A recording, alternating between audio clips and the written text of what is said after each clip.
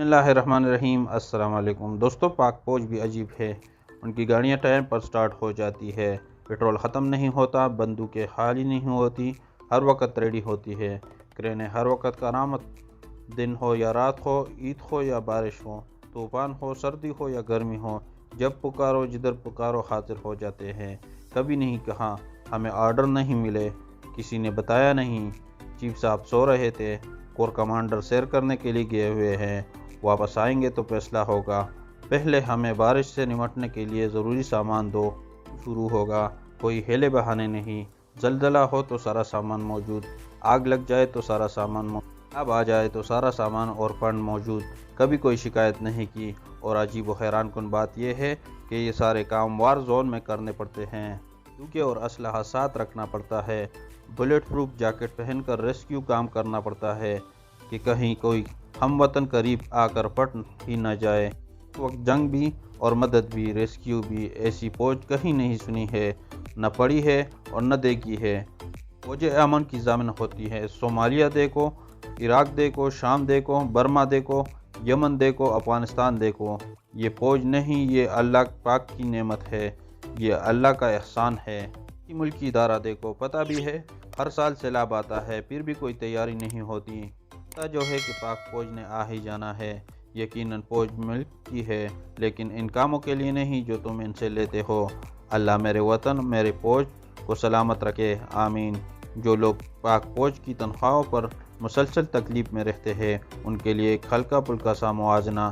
دنیا کی چند اہم ممالک کا فوج پر فی گز کا خرچہ: امریکہ $4,09,596، برطانیہ $3,14,105، سعودی عرب $2,72,805، فرانس $2,50,675، اسرائیل $1,0849، چین $92,456، روس $81,893، افغانستان $59,487، انڈیا $42,188، ترکی $36,819، ایران $23,518، بنگلہ دیش $17,597، اور جبکہ پاکستان $13,513۔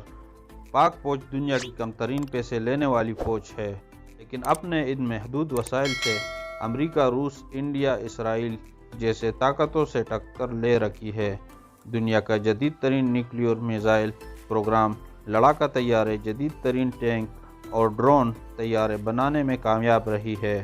دنیا کی سب سے بڑی پراکسی جنگ بھی لڑ رہی ہے، لیکن جب ان بدبختوں سے کہا جاتا ہے کہ پاک فوج کا جوان شہید ہوا ہے تو نہایت بے رحمی سے جواب دیتے ہیں، تنخواہ کس بات کی لے رہے ہیں؟ پاک فوج کو 1100 ارب کے طعنے دینے والے سے سوال ہے۔ پاکستان کے ٹوٹل 5900 ارب بجٹ میں 1100 ارب فوج لیتی ہے، اس کے بدلے میں فوج آپ کے لیے کیا کر رہی ہے؟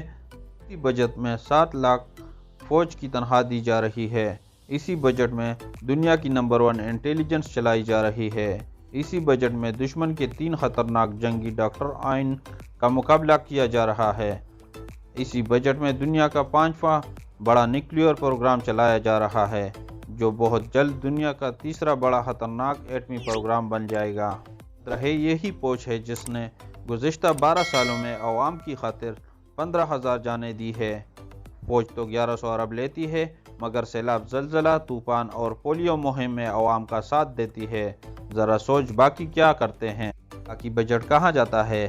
باقی 4800 ارب تو آپ کی جمہوریت لے لیتی ہے، اور وہ یہ بجٹ کہاں لگا رہی ہے؟ اسٹیل مل پر وہ تو خسارے میں جا رہی ہے، PIA پر وہ تو تاریخی گھاٹا کھا رہی ہے، پولیس نظام پر اس کا تو حال آپ کے سامنے ہے، تعلیم پر مگر پاکستان کا تو 1.5 کروڑ بچہ اسکول سے باہر ہے، صحت پر لیکن پاکستانی تو ہسپتالوں کے فرشوں پر مر رہے ہیں، تو پھر جمہوریت یہ بجٹ کہاں لگا رہی ہے؟